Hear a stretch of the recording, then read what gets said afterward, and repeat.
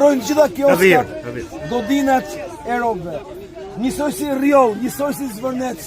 Janë fuq qytetarët ka kome, po jep pamit ashtë Euronewsi. Bravo! Vëmendje.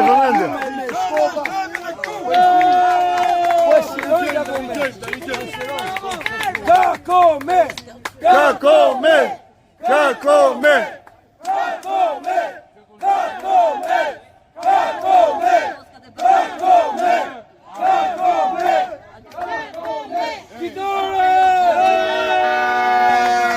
Bëhet fjalë për lajmin më të fundin. Në ka kome që për shembull rrethimi. Shqiptarët po i çajnë gjitha kurse që kanë vita qëndësina. Në poshin e plerave! Bravo!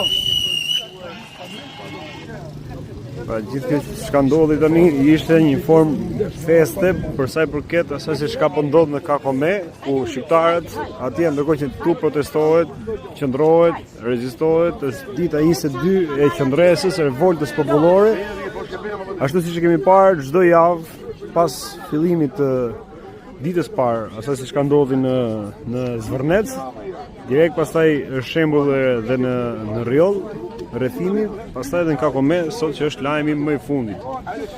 Për shembull rrethimi në Kakome.